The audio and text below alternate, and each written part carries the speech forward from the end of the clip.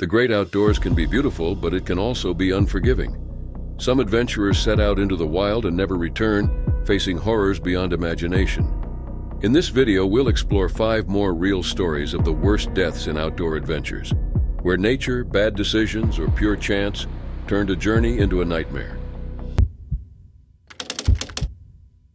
It was May 9, 2015, a quiet Saturday evening in northern British Columbia. Daniel Ward Follen O'Connor, known as Ward, and his fiancée Jamie Wallace were camping near the Parsnip River, about 10 kilometers from Mackenzie. They had spent the day enjoying the outdoors, looking forward to a summer of adventures in their RV. The area was peaceful, surrounded by trees and the sounds of nature. Ward had always loved the wilderness. He spent summers living in his RV, exploring British Columbia. He never carried a weapon because he didn't hunt. He simply appreciated nature. The forest felt like home to him. That night, Ward and Jamie sat by the fire. Their friend Dave Kirby had visited earlier but had left. As the night cooled, Ward decided to sleep outside near the fire pit while Jamie went into the motorhome. She fell asleep around 1:30 a.m., unaware that something terrible was about to happen. At dawn, Jamie woke up and immediately noticed Ward was missing. His spot near the fire was empty. Thinking he had wandered off, she stepped outside and saw something alarming: a trail of blood leading away from the campsite. Fear took over as she followed the trail, calling his name. About 200 meters away, she found Ward's lifeless body on a hill. The sight left her in shock. He had suffered severe injuries, and there was no sign of the bear that attacked him. With no cell service, Jamie rushed to her car and drove to town for help. She found Ward's father, Danny O'Connor, and told him what had happened. Overcome with fear and disbelief, Danny hurried to the campsite. As he searched for his son, he came upon a chilling sight: a large black bear standing over Ward's body. The bear showed no fear, and Danny knew he couldn't get close. He sat in his truck waiting for authorities to arrive. Soon after, the RCMP and BC Conservation Officer Service arrived. Danny, still in shock, watched as officers assessed the situation. A lone wolf was spotted nearby and was put down as a precaution. Later, they found the bear responsible for the attack and took it down as well. The bear, a 140-kilogram male, had attacked Ward in his sleep and dragged him away. Officials confirmed Ward had no chance to react. Days before the attack, Jamie had filmed a lone wolf near their campsite and posted the video on Facebook. Friends expressed concern and asked if they had protection. However, investigators later confirmed the bear was the only one responsible for the attack. Ward's sudden passing devastated his family and friends. He was only 27, full of life and adventure, and had been planning a future with Jamie. They were engaged and preparing to get married in the coming months. Loved ones flooded social media with memories of Ward, offering support to Jamie as she grieved. Born on September 13, 1987 in Prince George, BC, Ward was the third child of Danny and Ann O'Connor. After his parents separated when he was 3, he split his time between their homes. As a child, he loved reading and dreamed of becoming a travel writer. He also enjoyed family trips to the beach, where he spent hours swimming and playing in the sand. As a teenager, Ward moved to Mackenzie to live with his father and attend high school. He developed an interest in boxing but wasn't aggressive in the ring. His family recalled that he preferred kindness over confrontation. He loved debating, always sticking to facts. Ward had a unique style, often wearing his hair in a mohawk. He was social, friendly, and enjoyed deep conversations. Instead of saying "I love you," he had his own phrase, "love and like." After high school, Ward briefly worked at his father's scaffolding business, but eventually left to spend more time in nature. He worked through the winter and then retreated to the wilderness in the summer. The woods weren't just a getaway for him. They were where he felt most at peace. Unlike some who saw the forest as their territory, Ward saw himself as a guest, always respecting the creatures that lived there. In December 2014, Ward met Jamie Wallace at a friend's party. They quickly became inseparable, spending their days camping and planning for the future. Ward affectionately called her Honey Bear, a nickname that reflected their bond. They had even joked about getting married in the wilderness before planning a real ceremony later that year. The weekend of the attack had been peaceful. Ward, Jamie, and Dave had spent the day cleaning the beach, swimming, and making memories. That night, Ward chose to sleep outside by the fire while Jamie rested inside the motorhome. Just hours later, their plans and dreams were shattered. What if Ward had slept inside that night? Would the bear have approached anyway? If Jamie had woken up sooner, could she have warned him? These unanswered questions linger, but one thing is certain. Ward's passing was a tragic and unexpected loss. His family and friends remember him as a kind soul who loved the outdoors and respected every creature in it. Though his life was cut short, his memory lives on through the stories shared by those who knew him best.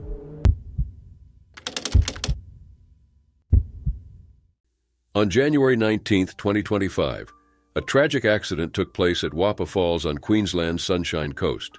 The waterfall, usually a peaceful spot, had become extremely dangerous due to heavy rainfall. That afternoon, around 2:30 p.m., two 17-year-olds, Honor Ward and Bo Liddell, lost their lives in a heartbreaking incident that devastated their community. Honor, originally from the UK, had lived in Noosa with her family for over 10 years. That day, she visited Wappa Falls with Bo and another friend, enjoying the scenic location. However, the strong currents made the area unsafe. While standing near the top of the waterfall, Honor slipped and fell into the powerful water below. The raging current quickly pulled her under, and when she didn't resurface, Bo immediately jumped in to help. Unfortunately, the water was too strong for both of them. The third friend, witnessing the terrifying moment, quickly called emergency services at 2:50 p.m.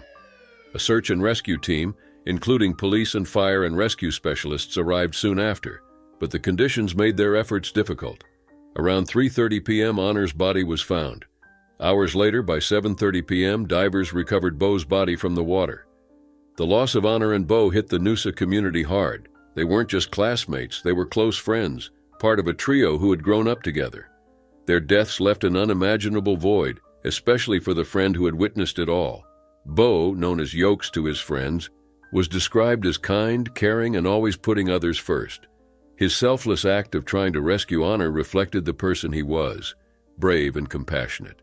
Just a day before the accident, he had posted on social media about being 1 week sober, showing his commitment to making positive changes in his life. Sadly, his journey was cut short. Honor was known for her adventurous spirit and strong-willed nature. Her father, Steve Ward, described her as fearless, always ready to take risks. She was fun-loving, loyal, and had a way of making people laugh. With her bright smile, blonde hair, and blue eyes, she had a presence that lit up any room. Her passing left her family and friends heartbroken. Both families shared their deep appreciation for each other. Steve Ward publicly expressed his gratitude to Bo's family, recognizing their son's courage in his final moments. He acknowledged that Bo gave his life trying to save Honor, a sacrifice that would never be forgotten. The community gathered for memorials where loved ones shared emotional tributes. Bo's sister, Sky, described him as the most caring person she had ever known, saying she would always be proud of him. While many focused on remembering Honor and Bo, the tragedy also raised concerns about the dangers of Wappa Falls. The area had a history of similar incidents. In 2007, a 15-year-old boy, Dominic Hayes, lost his life after jumping into the water during heavy rains. In 2010, another teenager, Mitchell Edwards, drowned at the falls. More recently, in 2022, a 49-year-old man died while trying to save his son, who had slipped into the water. Signs warning of the risks were posted at the site, especially after rainfall, yet accidents continued to happen. Officials urged the public to be cautious, emphasizing that even experienced swimmers could be overwhelmed by the unpredictable currents. The recent rain had caused Wappa Dam to overflow, making the water even more dangerous on the day Honor and Bo visited. In response to their deaths, discussions about safety at Wappa Falls resurfaced.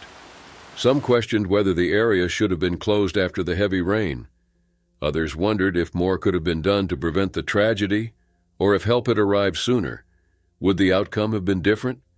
For now, Wappa Falls remains closed as authorities continue their investigation. The loss of Honor and Bo serves as a painful reminder of how unpredictable nature can be. Their families, friends, and community mourn their passing, holding on to the memories of two young lives gone too soon. Would you have jumped in like Bo, risking everything to save a friend? Or would fear have made you hesitate? These questions linger with no clear answers, only the deep sorrow left behind by an irreversible tragedy.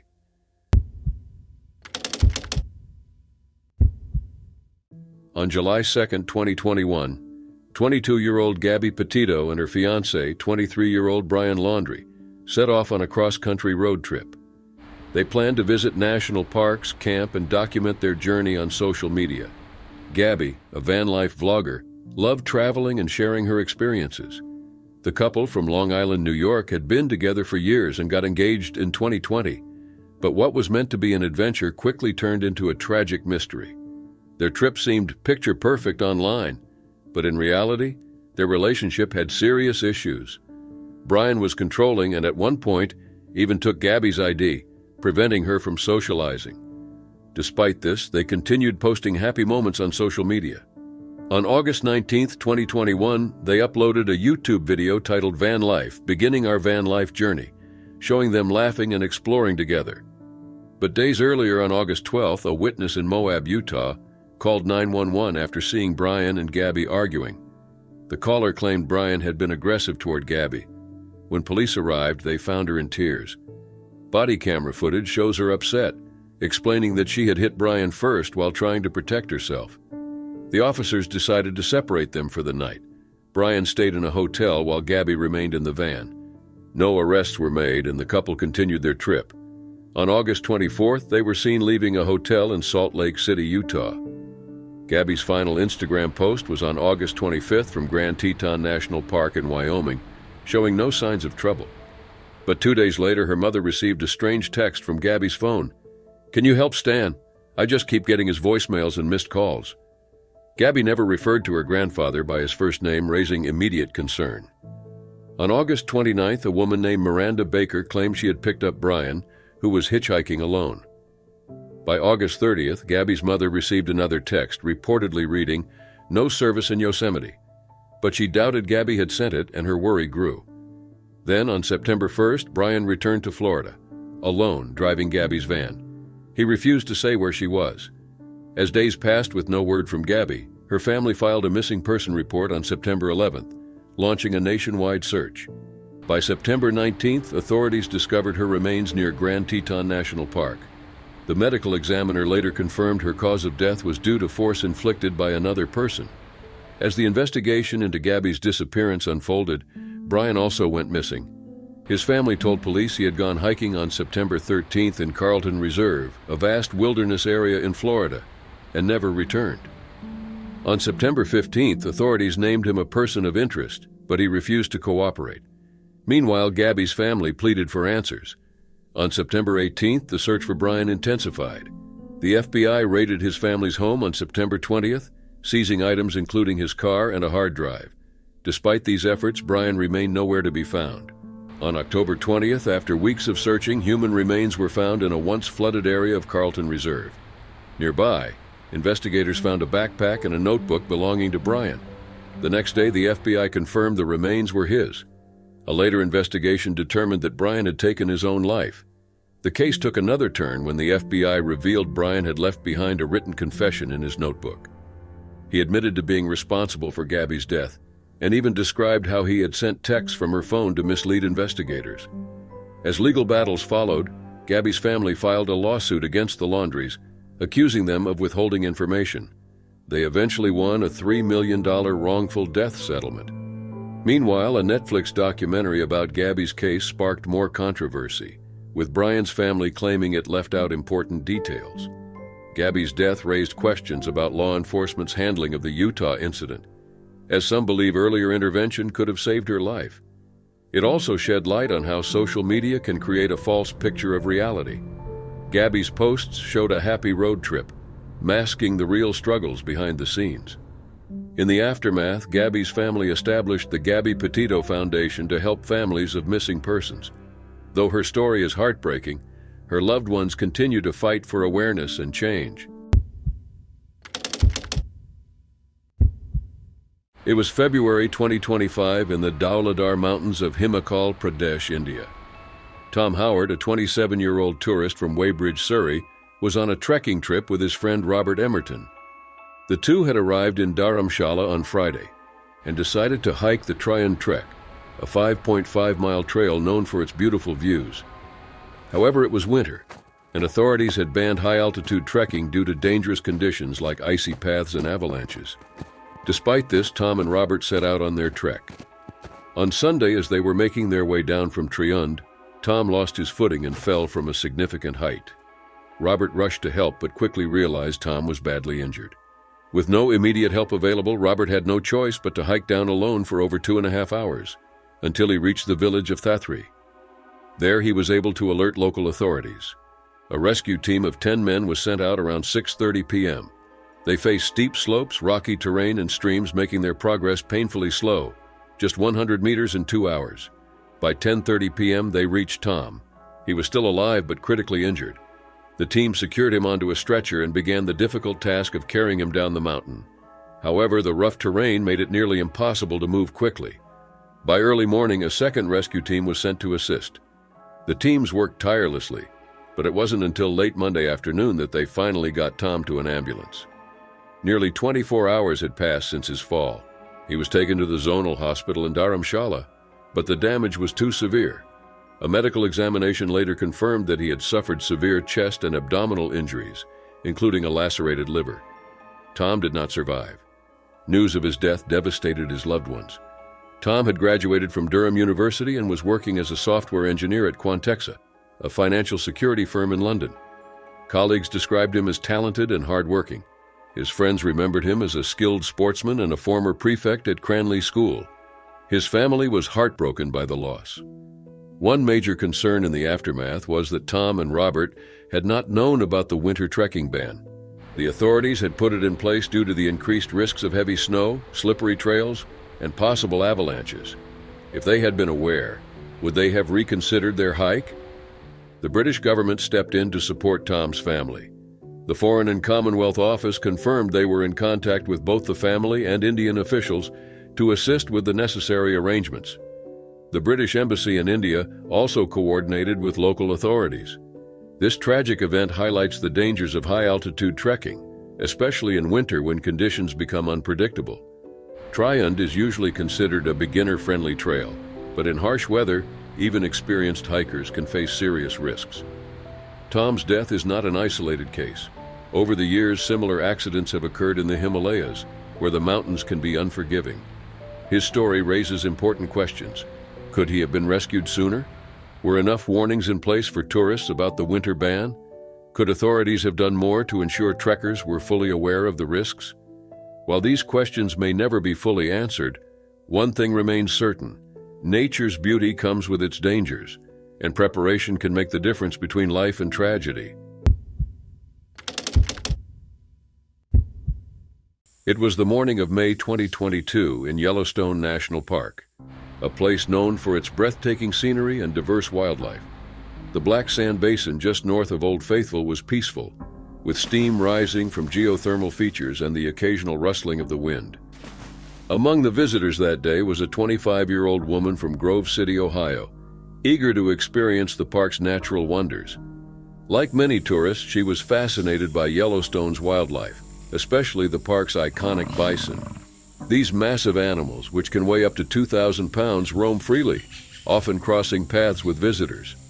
Though Yellowstone strictly warns people to stay at least 25 yards away, some disregard these rules for a closer look. Unfortunately, that's exactly what happened on this day. As the woman walked along the boardwalk near Black Sand Basin, she spotted a female bison nearby. Instead of keeping her distance, she approached the animal, getting within just 10 feet. Two other visitors were also nearby but remained farther back. Suddenly, the bison reacted. Startled by her presence, the animal charged. With incredible speed and power, it lunged forward, using its sharp horns to strike the woman before launching her into the air. She landed hard, suffering a serious puncture wound and other injuries. Chaos erupted as bystanders watched in shock. Park rangers and emergency medical personnel responded immediately.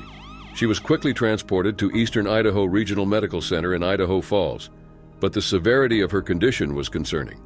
While officials didn't release details about her exact injuries, later reports confirmed that she did not survive. Whether she passed away at the scene or later at the hospital remains unclear. This was the first reported bison-related fatality in Yellowstone that year. The National Park Service took the opportunity to remind visitors of the risks associated with getting too close to wildlife. Bison may appear calm, but they are unpredictable and can run up to 40 miles per hour. making them extremely dangerous when provoked. Between 2000 and 2015, there were at least 25 reported injuries caused by bison in Yellowstone. A 2018 study found that in 80% of these cases, people had approached the animals to take pictures. Despite numerous warnings, incidents like this continue to happen. Yellowstone is home to a variety of wildlife, including bears, wolves, moose, and elk. However, bison are responsible for more injuries than any other species in the park. They are highly territorial and protective of their space, and when someone invades that space, they may react aggressively. The woman's choice to move so close, despite clear regulations, had devastating consequences. 2 other people were nearby at the time of the attack, but there is no information about whether they were harmed. Park guidelines are strict. Visitors must stay at least 25 yards away from bison, elk, and moose, and 100 yards away from bears and wolves. These distances are not arbitrary. They are based on animal behavior and safety studies. Bison, in particular, have been known to charge suddenly if they feel threatened. This tragic event raises difficult questions. What if she had followed the rules? Could her life have been spared if she had stayed at a safe distance? If she had used a camera with a zoom lens instead of approaching the bison, would the outcome have been different? Yellowstone's wildlife is not to be treated like a zoo exhibit. These animals are wild, unpredictable, and sometimes dangerous. While the park offers breathtaking experiences, it also requires visitors to respect the boundaries set for their safety. The woman's story is a heartbreaking reminder of the importance of following these guidelines. The bison, like all wild animals, was simply acting on instinct, sadly. One decision to step too close cost a life.